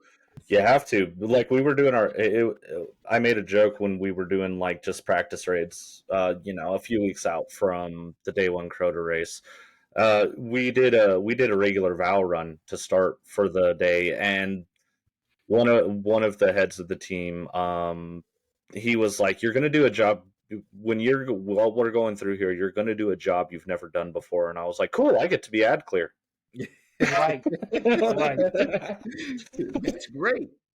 But it was like, "What have you never done?" And they're like, it's like we're on, the second encounter, and they're like, "I've never done the symbols in the back room." And it's like, well, guess what you're doing? You're doing it today, buddy. Mm-hmm. And then we did a Master King's Fall. We got like halfway through it, but God, that one was rough for me because I'm a hunter, and they're like, "Yeah, you're gonna go do the plate," and I kept getting my ass kicked. I was like, "Come on, man!" Why do I got to do the I was like, plate? "I got nut." They're like, "Are you having trouble over there?" And I'm like, "I'm a hunter. I cannot protect myself." I can only last for so long. I'm like, if I run, we wipe. If I don't, I die. They say, I gotta choose which one I'm gonna do. But we were starting to get because we had like two people who had never done a day one raid race before, and it was like, we got to start getting you out of your comfort zone now because you're going to be when we jump in. Mm-hmm. You are going to lose your mind like on the first encounter. I promise. Yep. Oh yeah. Unless you're someone like the other four of us who've done several day ones, and we raid all the time. With if we got enough people. My raid runs have been a little lacking lately, but I understand. But for us, it's like you're this isn't just your normal go, and like we go into raids trying to learn every job possible just so we can teach people, and you're just gonna be out of your comfort zone. What do you usually do? Ad clear? Yeah, not today. Right. Oh, I'm gonna do ad clear, and they're looking at you like, no, I can't do it. Not today. So like I said, I was. You're gonna do something you've never done before. Cool. I get to be ad clear. Nuh-uh, buddy. You're gonna do everything this time. Yeah. And I do like that though, because man, you already know. All of you guys already know they're gonna scale. We don't know what we're up against when it comes to the final shape raid. We really don't. That's gonna be something. I think it's gonna hit hard. Oh yeah, it's gonna hit hard because we don't know what's we don't. I mean, we don't. Besides, we know episodes are happening, and we kind of know the themes just because of the artwork. Yeah, it's and that's going to change stuff because are we still going to be going raid dungeon, or what's going on? I think they're gonna bring it home with the final raid, with the final shape raid race. They're going to be hitting it hard. So I think it's going to be hard as hell. I've made the comment before that they would never bring back anything like Last Wish because that was legit difficult. It's still difficult even to teach it to some people. Oh yeah, like teaching Shuro-Chi. Okay, there's puzzles, but it's a race against time. It's manageable. Yeah, it's a puzzle. It's a race against time, but it's doable. We just got to get the coordination going. And I'm a cohesion guy. I like doing stuff with the same people because you build that trust. That hey, hey, I'm down over here. You got me, and you know where that person's going to be for you. But I also said that if they bring something back that is on the level of a Last Wish style day one, it's going to be right here. It's going to be the final shape. It's going to hit. Yeah. And it's going to put you, it's going to tax you. It's not going to be Root of Nightmares where you got two guys running around doing all the mechanics. It's going to be a full force team doing everything possible. Yeah. When I did my vow day one, we had to grab a guy like last minute, and it was a buddy of one of my buddies, and like the dude just would not talk. Oh my god. And I was like, bro, this is day one.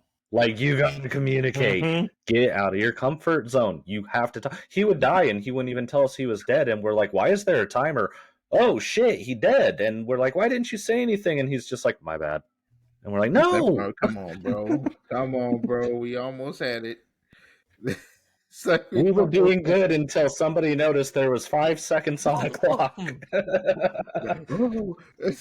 that the insta panic starts Mhm. to set in.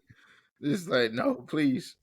Just like the funniest thing, especially when it comes to Crota, we're running Crota, is like you know when you doing the first part and somebody has the challenge and their mic accidentally mutes and it's like, hey, what's your timer? What's your That's when it's just like they end up rip it from dying. them and keep getting it because they're going to fall over. So, oh man, he muted his mic. Oh no, here we go. But yeah, I'm definitely looking forward to. Even though, guys, we definitely went into a Destiny little spiel podcast. You know, we're sorry about that. We're gonna save the rest of that for the Destiny day. But Yep. yeah, especially if you guys are definitely down to do Destiny day for sure. We definitely, I definitely gotta get y'all on for that. Oh, That for Oh sure. yeah. Yeah, that's good. That's gonna be some great discussions. And I know Ark, I know you listening out there, probably at work. It's like, oh man, I wish I could be here. Salute to you, Ark Storm, man. But I can't. I'm looking forward to everything that Destiny's gonna be doing, wrapping everything up, story, and I'm looking forward to the new players in the field, like your Hell Divers 2. If anybody saw that, that was pretty Mhm. good. That looks really good. That's another one that you got to keep an eye on. Of course, First Descendant is making its self known. It's It's like, hey, we're the new flavor, but we got all the old flavors with us. Come join. mm-hmm. You know, I great definitely start. see it as being a good casual game for me Yeah. to play, Mhm. especially on Destiny breaks. Mm-hmm. I'm with you, man. I'm definitely with you. It's one of those games where, okay, I can break away from Destiny and I can play this, have a good time. I don't have to rush anything. I can go at my own pace. See, Destiny, you have to stay on it because you miss a week. Oh man, you got to play catch up. I got to do catch up just because the servers Oh the yeah. way they are Yes. right now. I got to do catch up. I got like 2-3 weeks of stories to get through, Oh yeah, man. The service and is getting messed up, bro. I'm behind I too. know everybody's jumping on them. Like I'm looking at my list of people on Twitch right Hmm. now, and a lot of them are on Destiny, and I'm like, nope, not until I got it confirmed. We are good. Mhm. Yeah, because right now they are not in a good spot with their service right now. They're trying to work it out. That's why they said. Then they said they're gonna delay that the hard mode for Crota until they can fix the craft Yeah, fully. here it is. Mhm. Yeah, here it is. I mean, it happens. I mean, being an electronics IT guy Mhm. myself, like, Mm-hmm. I have people come into my chat. They're like, "How could this happen to Destiny?" Because I'm playing like Elder Scrolls Online because the servers are crapped out, and I'm like, guys, you gotta understand when they do a patch to fix something, it can create vulnerabilities, and obviously there Mhm. was one Yeah, that someone found, and they're still in there. yeah, that's a fact. How does Elder Scrolls Online holding up? Because I when people was playing Elder Scrolls Online, I was playing DC Universe Online, and Dude, it that's a good game too. Mhm. yes, absolutely, That's a absolutely. damn Yep. good game. Now, Elder Scrolls Online is holding up, but they have also, just like Destiny is about to, they changed how they're approaching their year long. Mhm. This past year they released Necrom, which Mm-hmm. amazing, but it's on a cliffhanger right now. I'm like, dude, I Uh, need more because usually what their formula is they'll release a DLC that is 2 dungeons, and then that's supposed to give you the taste of the expansion coming up. mm-hmm. Mhm. And then they do the chapter, which is the expansion, and then they do another DLC with 2 dungeons, and then they'll do a DLC that has a new area. Well, they completely changed that this year because they're like, it got stale, and it did. It did Mm-hmm. get stale. There are so many dungeons in that game. I cannot name them all. Right. Yeah, it's crazy. So they're moving. They stuck to their usual formula for half a year, and they changed the formula for the second half of the year. So they'll probably be announcing stuff coming. They'll probably be announcing expansion stuff in like February. Hopefully, I can get tickets again because when they announced Necrom, I was in the audience and it was cool as hell. But Nice. You know, they That's did nice. their two dungeons, which were very good, and then they did their chapter, awesome, but on a cliffhanger right now. I am itching to see what's next for it. And then they actually did like quality of life improvements for a quarter. They're like, we've been listening. You guys want this, this, and this, and we're going to try and make this and this happen. This is a no go. And then and now they just came out last week that they're putting in an endless dungeon. Mm-hmm. I saw Wow. that. Completely endless dungeon. And so that one, I'm an Xbox player. That's going to be coming out in November for me. But like, you know, on PC, people are testing it out, and they're like, "This is cool." So I'm excited to see, you know, what the new formula is going to be completely, since only half of it was kind of new formula and the other half was the same old, same old. So I'm curious to see where they go, but I'm chomping at the bit to see what happens since they cut out the whole DLC area thing. It's like the story is not continued now. Like it's a year of man, what's going to happen next? When usually it's like you wait 6 months and then it's like, oh, we get to finish the story. But like it got stale. They'd been doing it since their Elsewhere chapter, which was also like 4 years ago. Do you feel like, especially with Elder Scrolls being in the state that it's in, do you feel like, what's the expectation when it comes to the Elder Scrolls 6? What's the expectation here? Because we already know, like you was just stating, they just came out with the new expansion with the Elder Scrolls Online, and we're starting to hear a little bit of buzz around, you know, Elder Scrolls 6. What is going to be the expectation for the community? What are they going to want? You know, really high because people are going to be expecting Skyrim. Yeah, I think so too. Yeah, people are going to expect higher than Skyrim, and that is such a hard one to beat. Yes, it is. That's a hard one to beat. They will have to literally. I don't even know how they would be able to top that game. That game. That's why they still keep on bringing remasters and this and that. How many remasters? How many re-releases have we had now? 3. So like, that's crazy, man. I had a friend of mine, because my ESO guild, when you said the endless dungeon, I'd forgotten about that, but I looked on the guild feed, and I've not seen some of these people play in 2 years in ESO, and now all of a sudden they're like, "Hey, we're coming back. Are we still together?" Yeah, we're still a meeting.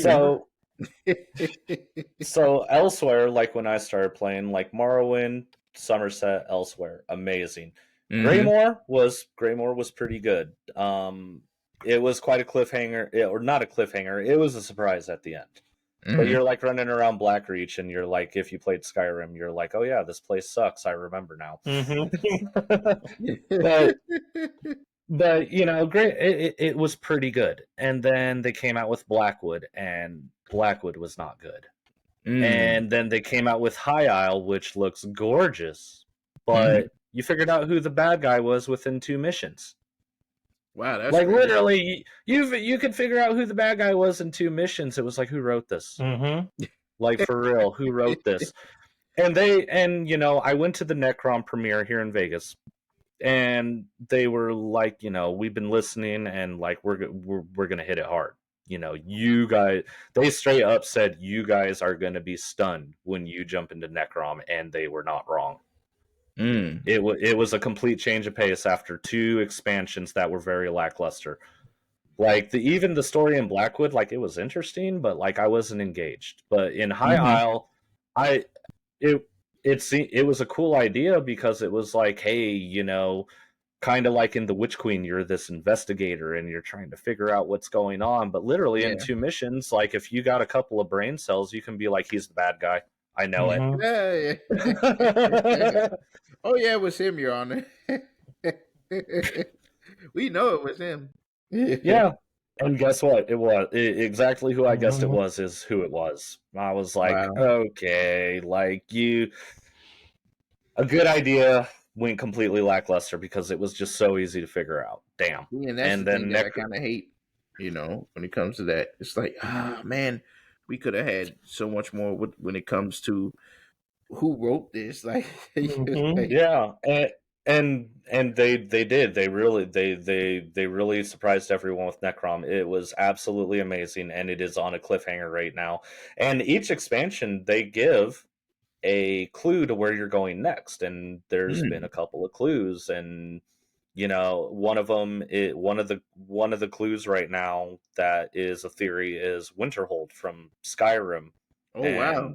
And that's one of the theories right now, because one of the NPCs mentions Winterhold when you talk to them, and usually that's how you do it. It's some random person, like it happened in High Isle. You talk to some random NPC on some random side quest, and they're like, "Oh yeah, well, now that this is all over with, I think it's time for me to head to Necrom to give some respect to my ancestors." And then we went to Necrom. Somebody talked to some random NPC, and they mentioned Winterhold, and it was like, that would be so damn cool. Bring it, please. Just bring it, please. Even though you've brought a bunch of, even though you've already brought a bunch of Skyrim zones, like the Skyrim map is so empty in that game right now. Like there is so much they can do with it.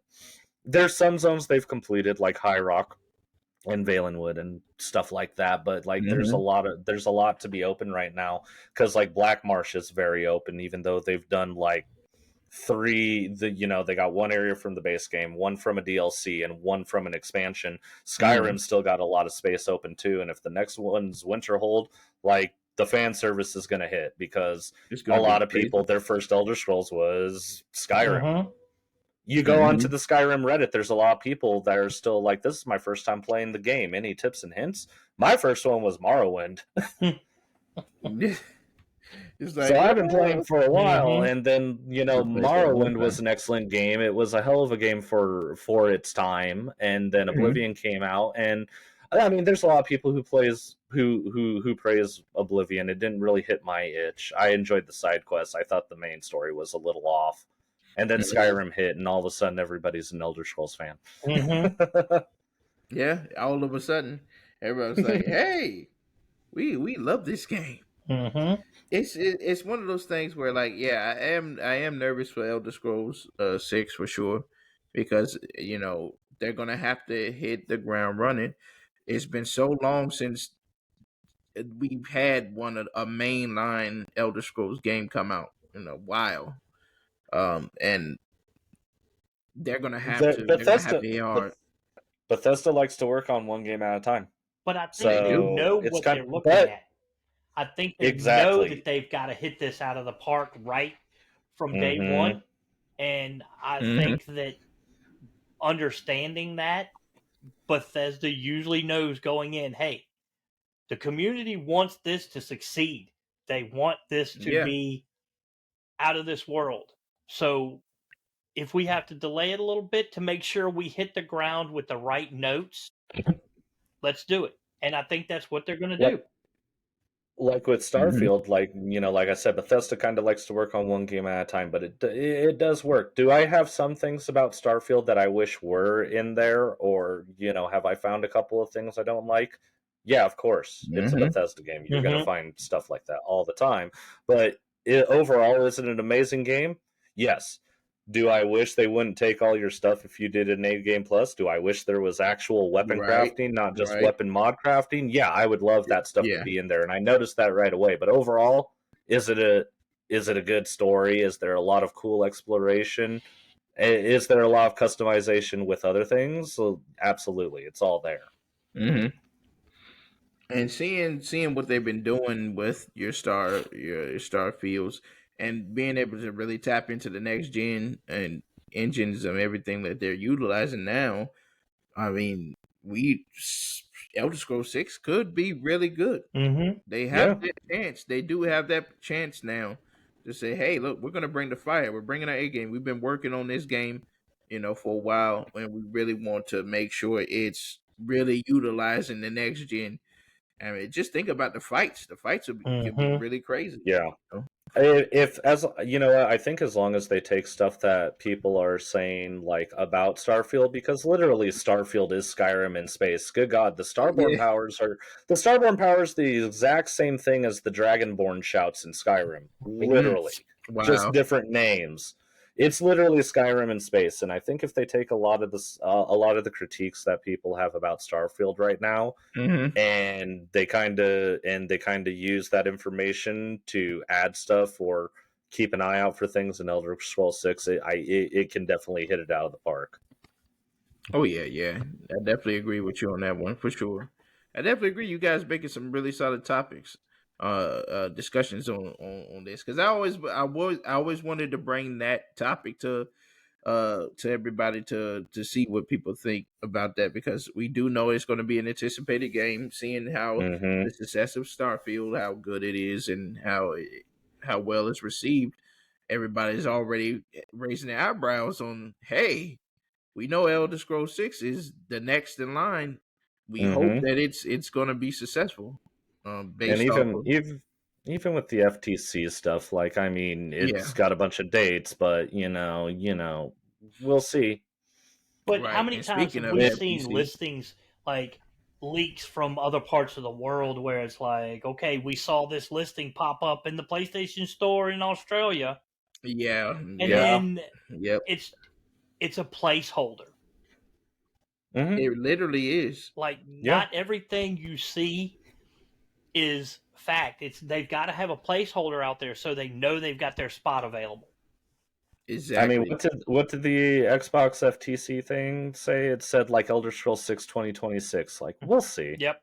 Yeah, we'll see. We'll That's what see. they're saying, but they could. I mean, Starfield was supposed to come out in 2022. Here we are in 2023. It's finally That's out. Yep. correct. Yep. So it's just like I feel like everyone's getting their hopes up Mm-hmm. too fast.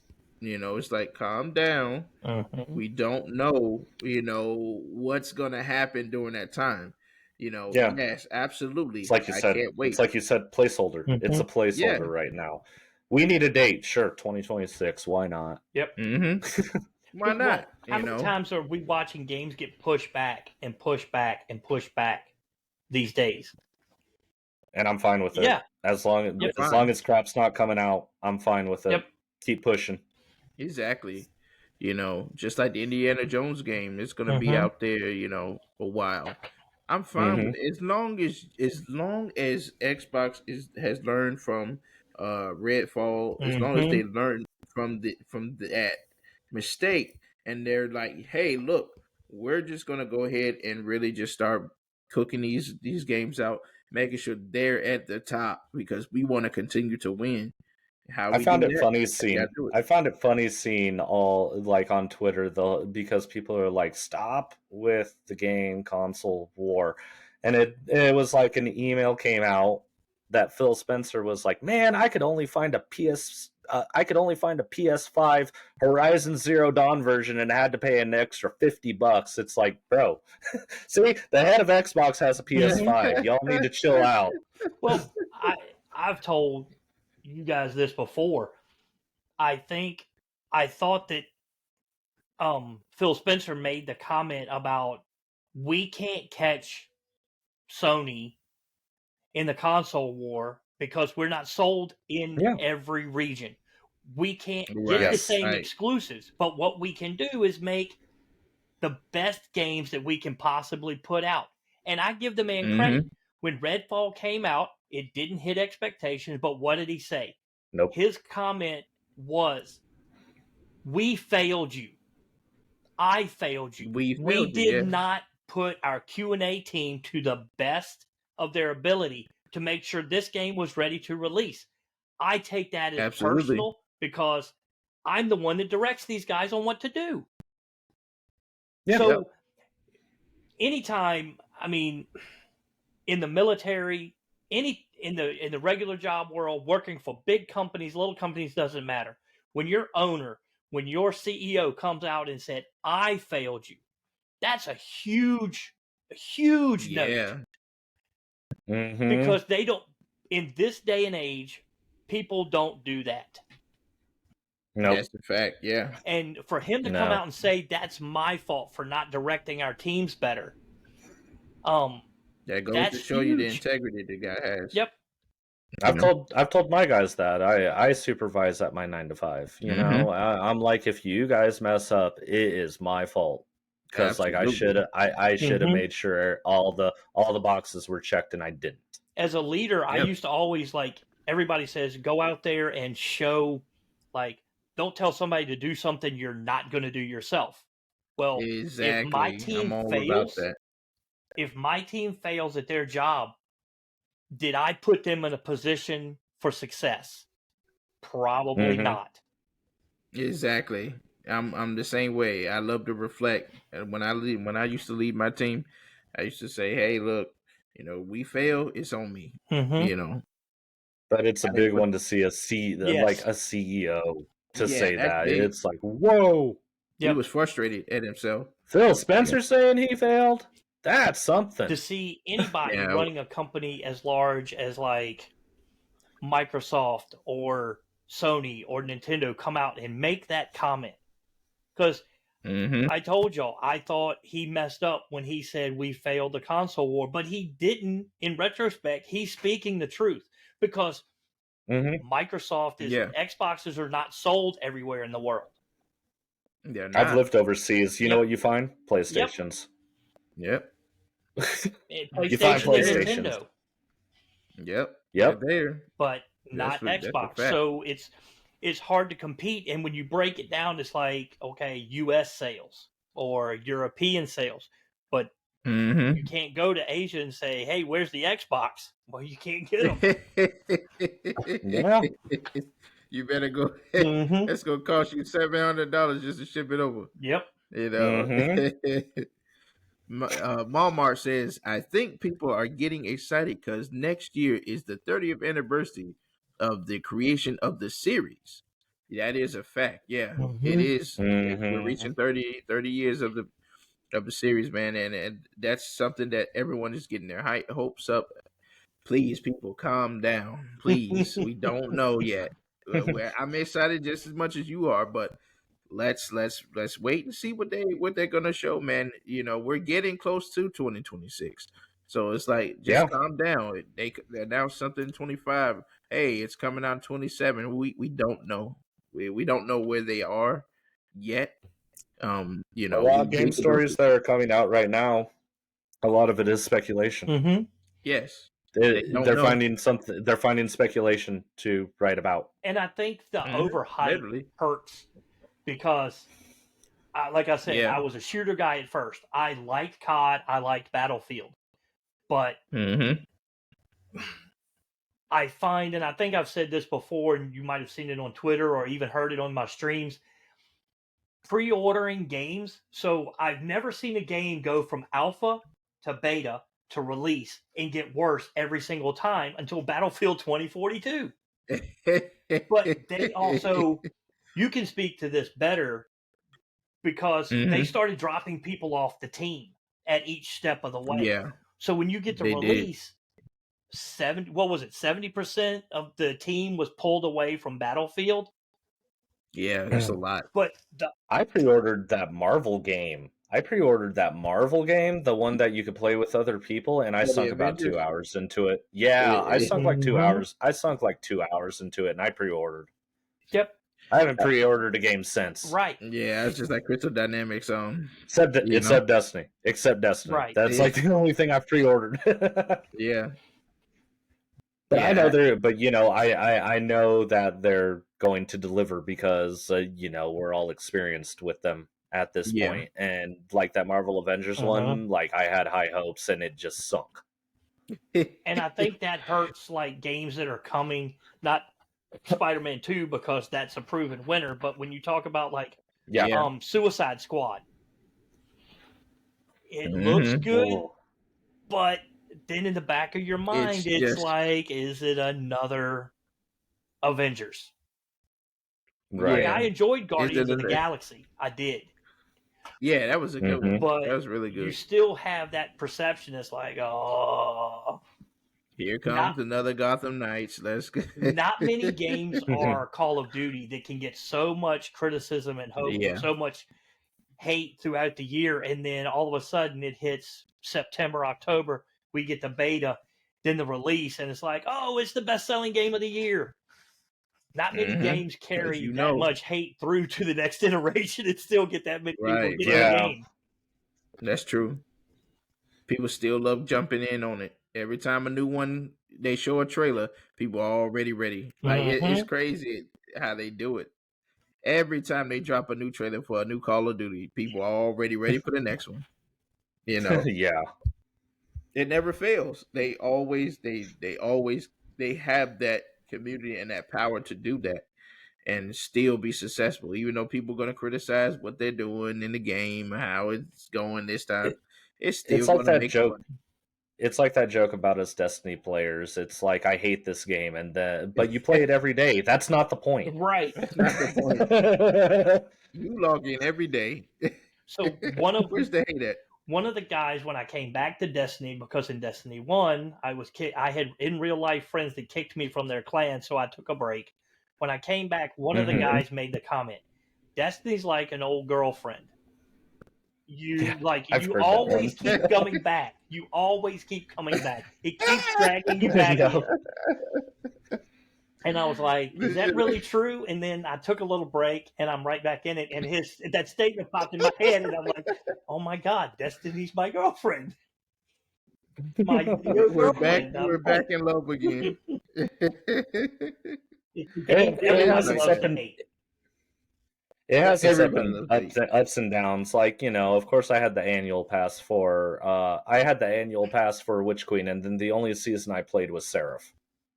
Okay. I was like, the rest has cool like aesthetics, but like I'm not down for the gameplay, and like I You were just just took a like, break from no. Destiny that whole time. And then Seraph came out, and I was like, that feels dope, and even the gameplay was cool. And even when I started playing, my very first real season was Season of Dawn, and then Worthy came out, one of the worst seasons ever. Like I was brand new to the game, and I still took a 3-month break from the game. Then Arrivals came out, and it was like, dope, this is great. Yep. Yeah, it's like, oh, okay. We're getting somewhere. This is Mm-hmm. nice. It's a nice But feeling. then by the time Witch Queen came out, like I was already getting kind of burnt out on the game, and then we had Risen and Reaper, and I was like, I mean, Mm-hmm. Reaper's cool, but like I'm tired of running the same pattern like 20 times a day. Mm-hmm. It's like I'm tired. I didn't run this too long. Yeah, and it's one of those things, man. It's just Plunder like had we're not Plunder really had great tired. aesthetic. Plunder had great aesthetic, and it was like I don't Absolutely. want to keep doing I don't want to do catch crashes 50 times a day. Right. I'm getting kind of tired of that. You know. And then Seraph, it was like, okay, I only have to run this like 3 times a day. I can live with this. Everybody was upset about people was upset about Deep, but I thought Deep was very decent. I thought Deep. I I liked thought it. Deep was good. I mean, I Mm-hmm. didn't go all the way to get the seal, but I thought it was a step in the right direction. Yeah, I liked it. I felt so too. I mean, I took a I love the break. water aesthetic. Yes, I took a break in there, but like it was like, okay, I'm going to get through and make sure that I got all my weapons done. I got everything I need, and then Mm-hmm. it came and hit Mm-hmm. time to do for the Wicked implement. And Yeah, I that was like good. difficulty in the game, and like everybody said, oh, they started Neomuna and they did this and this and this, and then like Mm-hmm. they made it hard, then they made it easy, and they made it hard, and then they made it easy, and it's like, okay, so deep dives are fun, but now you're going to add this side piece to go for the exotic, and it made your fire team actually play as a fire team. It's not one dude in there just Yeah, it nuking did. everything. You had to actually go in and Mm-hmm. play as a team. Mm-hmm. Yep. The same thing with getting to tier 7s. I mean, on deep dives, you had to coordinate and play as a You team have because to. Mm-hmm. you weren't carrying anybody. I'm against Nope. carries, and because I want to Mm-hmm. teach you the mechanic and have you teach it to your Yep. community. That way, we build the Yep. community. But That's how you build them. if you didn't play as a team, you weren't getting past that. Yeah. Gone are the days of the 0-hour whisper carries. Mm-hmm. Yeah. Oh yeah. Gone are those days. Like you got to work together. Yep. You had to, man. And You had to. that was the start of my stream career. Is I ran 0-hour and whisper carries all night. Mm-hmm. And Mm-hmm. like those days are gone. It's like, no, I have to teach you this. I know how to do it. You're going to learn it. Otherwise, we're not going to get this done in a good amount of time.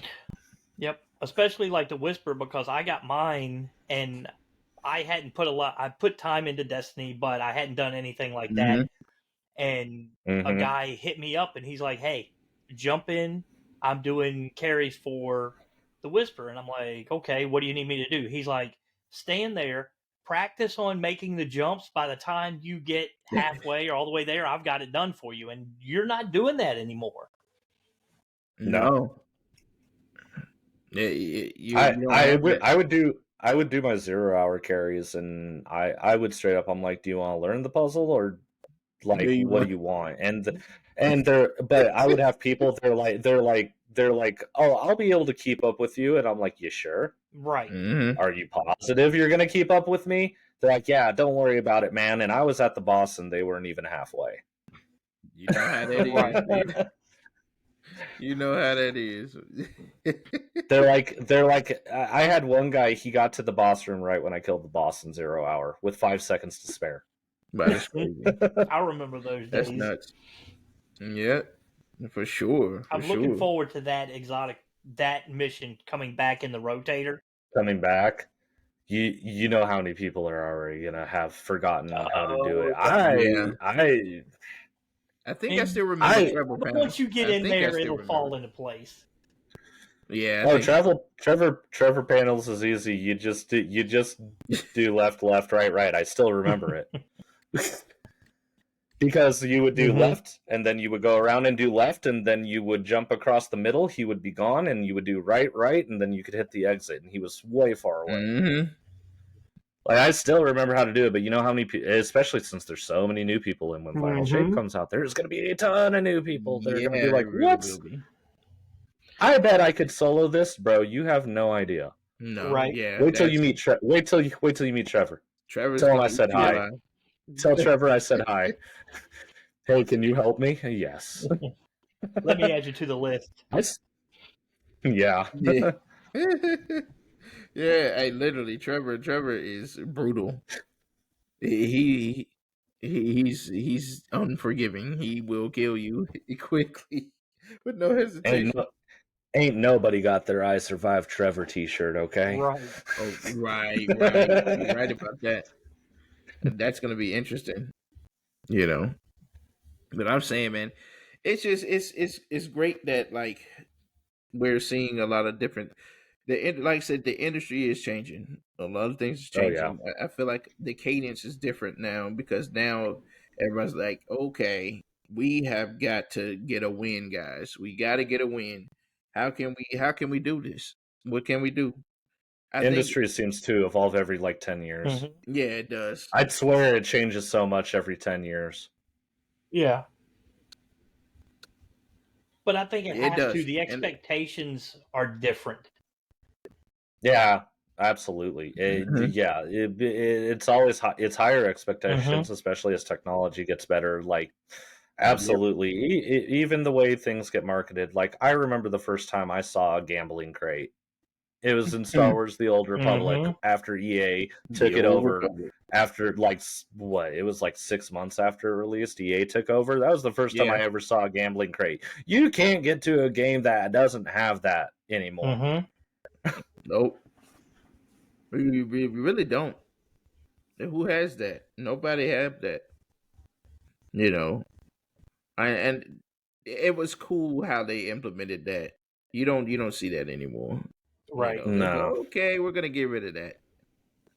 I mean, just look I at mean they have to now. yeah, they have to. They can't do that anymore. And even look at stuff games like Fortnite. They changed their cadence. Mm-hmm. Hmm. You remember how we all remember how it used to be when it first came out. Sweaty as hell. You know, Yeah, yeah, yeah. They changed so much about the game. It's not even the same like it used to be. Mm-hmm. They knew they needed to make a move, The best thing and they do did was something no different with it. builds because that brought in a whole different aspect Mm-hmm.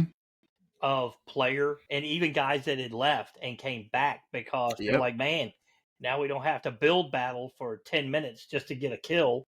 But I'm yeah. curious to see what happens now because the lead man, the guy that put out all the hints and stuff on like what's going on in Fortnite, Donald Mustard is gone. He that's left true. Yeah, Epic, so he said he's left it in good hands, and I'm sure the team is ready to charge forward. But it's hard losing a guy that has basically built the game around him. Like he's the guy that it really hypes it up and keeps the thing driving. that's true. I mean, one certain formula, I mean, it only lasts for so long. Like, you That's know, true. like we've been talking about, ESO's already changed their formula. Destiny 2 is about to change their formula. It only lasts for so long. Yep, Leadership changes hands and stuff changes, you know, that 10-year so, marker. It's always that yeah. 10-year marker. Okay, let's. I mean, like I said, we look back at Nintendo. They're changing a lot of their things. They're changing up the tune. Well, They know now, and for especially think about it. That leak, the leak of what's going to be happening with the hardware on Switch 2. They're about to change the game out here, man. well, when does People was Nintendo laughing. It's no. honestly not change the game? They went from having standard consoles and they brought out the Wii. And then you had motion controls. Then they turned around and put out the Wii U with the gamepad. Then now we're looking at the Switch. So what did Sony just talk about as state of play? They're coming with the Portal.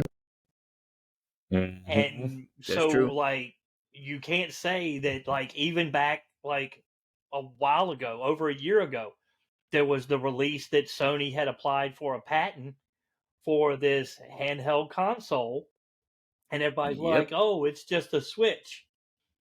But everybody like Sony changes the game, and I don't think a lot of people give them the credit for like being forethinking enough to be like this. Whoever thought that the Wii would work, and then all of a sudden it's the hottest thing going. Yeah, that's true.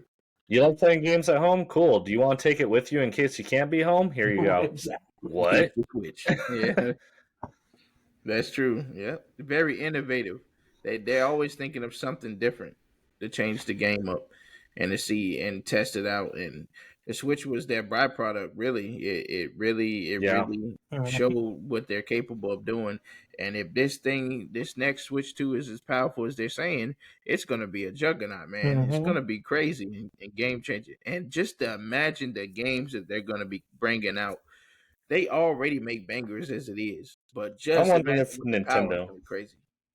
I'm wondering if Nintendo's going to keep with the same formula as the Switch from now on, just kind of like the PlayStation and Xbox kind of have over the years. You know, Nintendo systems have always changed, but the Switch has been such a success.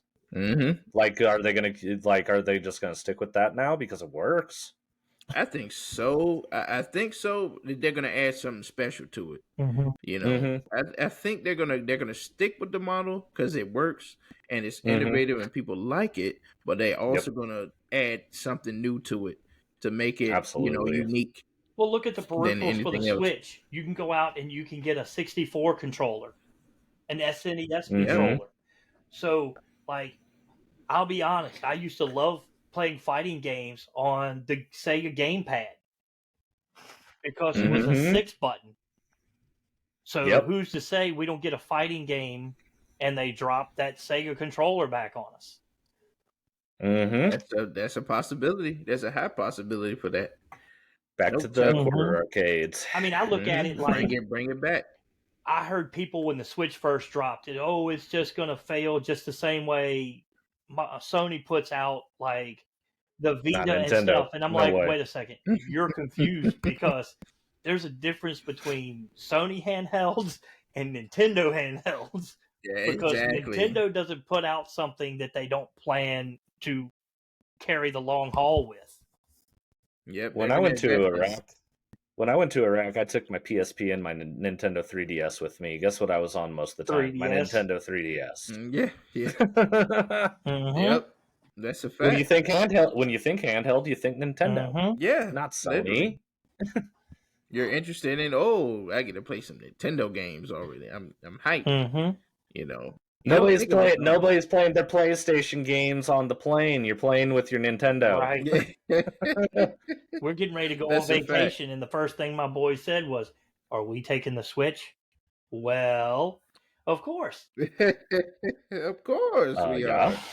I'm getting my playtime in. Yeah. Exactly. That's right. I got a backlog of Switch games that I be playing, man. Especially when you're traveling, it's like, yo, yeah, I'm good. You can take all that with you. One of the boys That's the, came that's the home the cool other thing day about and it. they said a kid on the bus brought out a Switch Lite on the bus on the way Hmm. home from school. What's Oh, that? Like the most they stay on the bus is like 20 minutes here at the very most. So the You kid's can get got some his good Switch gaming in on Lite that. and he's gaming on the bus on the way home. that's just a younger version of Mm-hmm. us. Oh, Yeah, every bit. literally, yeah. I can When remember. we had our Game Boys and Game Boy Advances and all that stuff You're back in the you're day. always on a you're always on a game. Yeah. Mm-hmm. Yeah, yeah, I remember those days. Those days was For fun. me, You Once know, I I'm get telling my once I age. get home from work and the kids are in bed, It's game it's on. game time. facts. I can remember it started earlier for me, but without games, like I'm a sports guy. I like college sports, and being a North Carolina guy, Oh yeah. Tobacco Road. If you're not watching the NCAA tournament, then Hmm. what are you doing with your life if you're on Tobacco Road? So, like, I would literally take my little Watchman, if you remember those.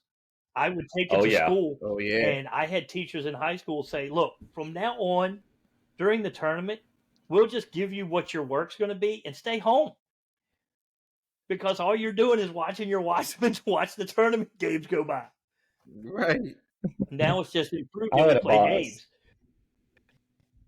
I had a boss that Hey. was super surprised because like we would go out to do our physical training and sometimes we would just go shoot hoops and he was like, "Bro, I thought you said you were like a gamer and a tabletop gamer." And I'm like, "I am." And he was like, "Why are you so good at basketball and football?" And Mm-hmm. I'm like, "Dude, this is what I would do. I would go to baseball practice when I was a kid, get home and then hop on the Xbox."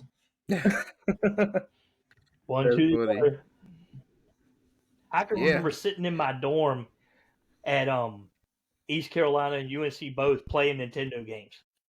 Like we'd have speed runs for Mario, Super Mario Brothers 3. Mhm. Hmm. It's like, man, we're at a great university. There's a nightlife. We're in our room playing Mario We're in our together. room. That's the same way when I was playing Pokemon. Back in the day, just having a good time playing the Pokemon Reds and Yellows, and then to the Ruby, Mhm. Sapphires, and Emeralds, just with the friends, all just chilling. We could be on our porch just playing all together. It was those was the days, man, for Mhm. sure.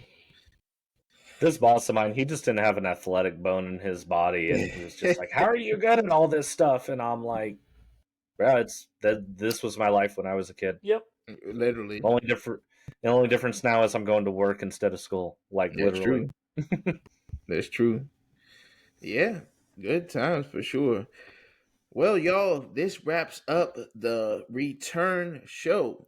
And this has been a really good show, man. We've had a really good time. And we definitely got to do a part two to this because, we still got so much to talk about. But what we always Mm-hmm. do at the last part is we always do a segment called The Floor is Yours and basically tell us what can they find you and what you got coming up. So first off, House, what's going on, man? How can everybody follow you and what you got coming up?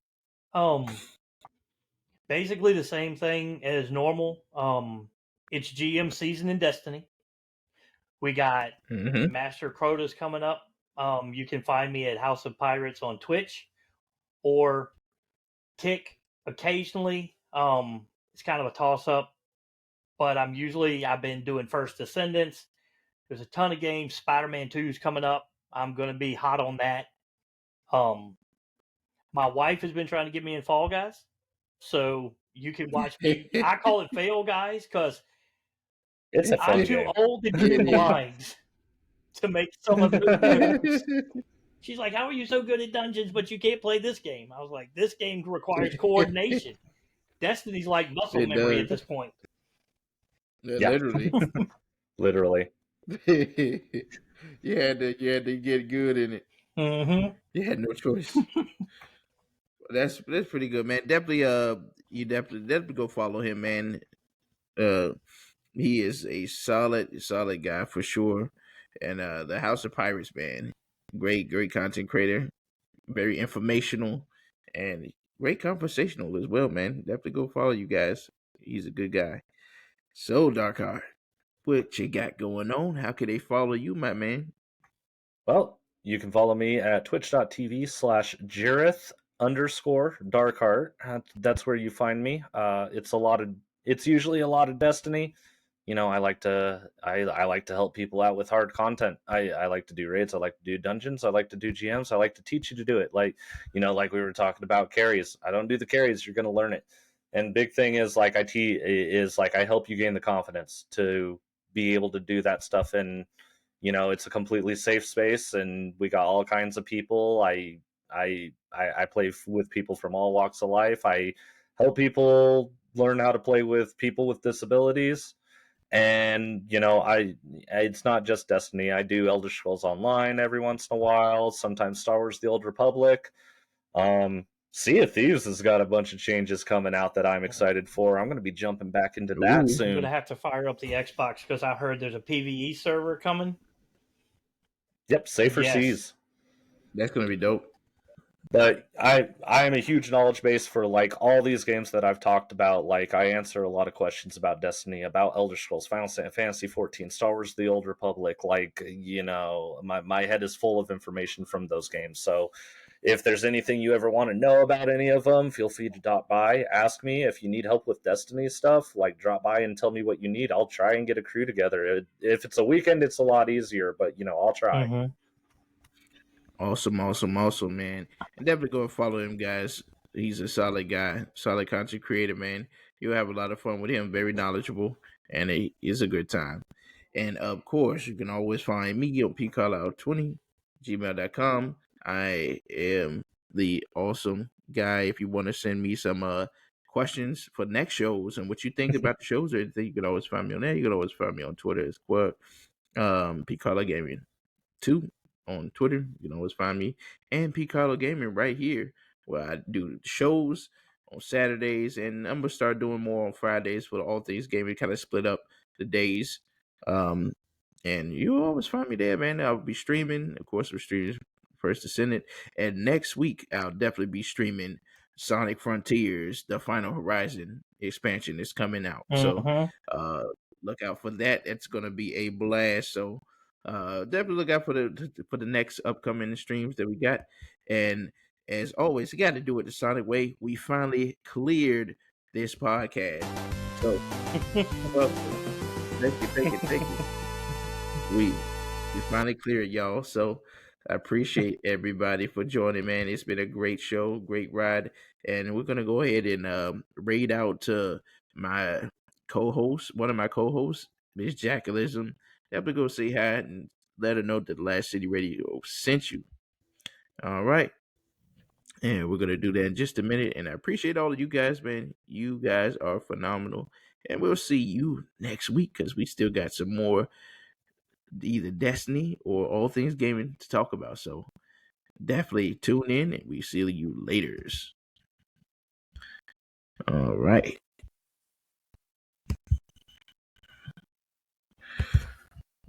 All right.